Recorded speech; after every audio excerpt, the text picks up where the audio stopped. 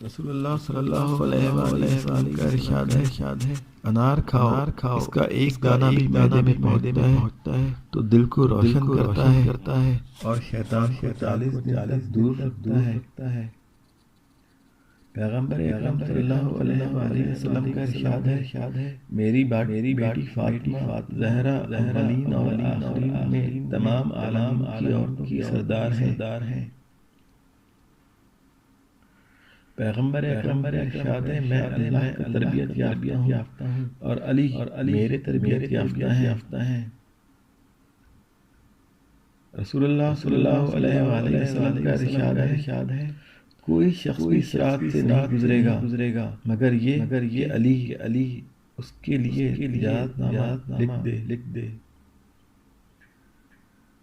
رسول اللہ صلی اللہ علیہ وآلہ وسلم نے فرمایا عبادت کو ترک کرنے سے دل سخت ہو جاتا ہے اور خدا کی یاد سے غافل ہونے سے نفس مر جاتا ہے۔ حضرت محمد مصطفیٰ کا ارشاد ہے اپنے کھانے کا آغاز نمک سے کرو۔ جو لوگ کھانے سے پہلے نمک چکھ لیتے ہیں وہ 30 بیماریوں سے محفوظ رہتے ہیں۔ رسول اللہ صلی اللہ علیہ وآلہ وسلم کا ارشاد ہے اللہ کے نزدیک سب سے پسندیدہ کام بھوکے کو شکم سیر کرنا یا اس کی ضرورت کو پورا کرنا ہے۔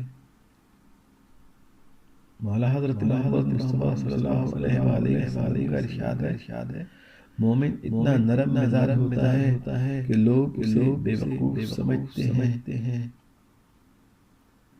حضرت رسول خدا صلی اللہ علیہ وآلہ وسلم کا ارشاد ہے مومن کو پڑوسی کا خیال رکھے کے بغیر کھانا نہیں کھانا چاہیے۔